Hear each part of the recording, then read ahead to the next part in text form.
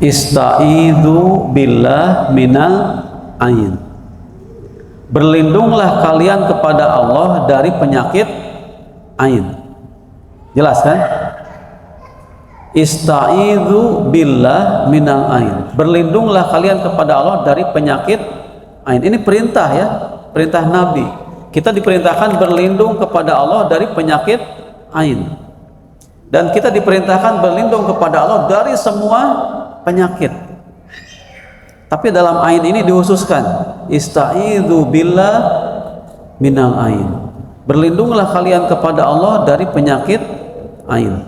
Fa innal aina haqqun. Sesungguhnya ain itu benar adanya. Tastangzilul haliq. Nah, dikatakan seperti itu. Bisa menjatuhkan orang dari ketinggian. Ada orang di atas ketinggian, kita tatap dengan tatapan yang tajam, penuh kekaguman atau kedengkian, tiba-tiba orang itu jatuh. Itu ain.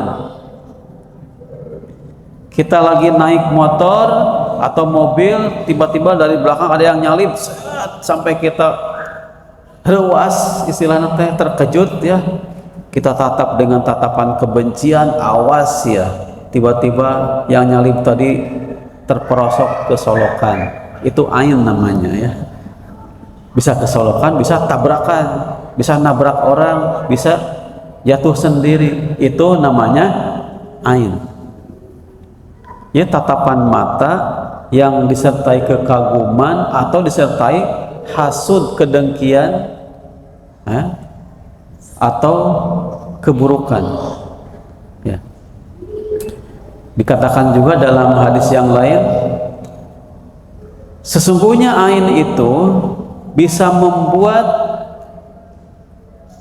manusia masuk kubur dan bisa membuat unta masuk kuali, gitu ya. Maksudnya ain itu bisa membunuh, ya.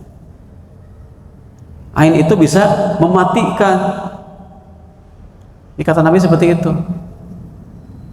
Bahkan yang paling kita takutkan, kata Nabi SAW, aksaru, ya, kebanyakan man yamutu min ummati.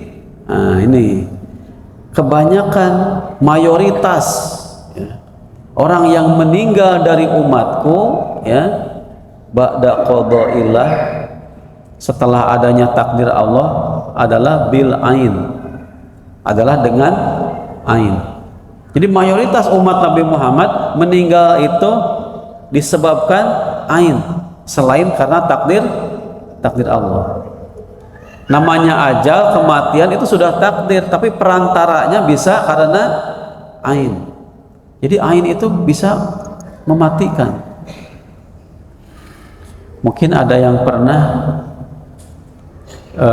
menyumpahi seseorang, rahasia modar, katanya bahasa Bandungnya, nggak tahu di sini bahasanya Sunda atau Jawa, saya masih bingung nih, karena ada yang ngomong Jawa, ada yang ngomong Sunda, ada campur-campur gitu ya. Jawa anak kasar, Sunda anak kasar deh, gitu. Wallahu alam. Tapi mudah-mudahan nggak jadi masalah gitu ya. Ada bahasa persatuan ya, bahasa Indonesia. Modar, tahu modar ya sini ya? Tahu pasti ya. Anu kasar-kasar masuk tahu wae biasa.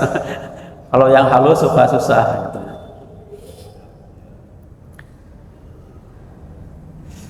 Tiba-tiba orang itu tuh meninggal, betul-betul meninggal. Itu bisa itu karena ain. Ini hadis-hadis yang banyak tentang ain. Memang jarang ada dalam khutbah Jumat misalkan ya. Hadirin sekalian, Jumat kali ini saya akan membahas masalah ain. Jarang. Pengajian tabligh akbar pun jarang. Kenapa? Karena ya mungkin dianggap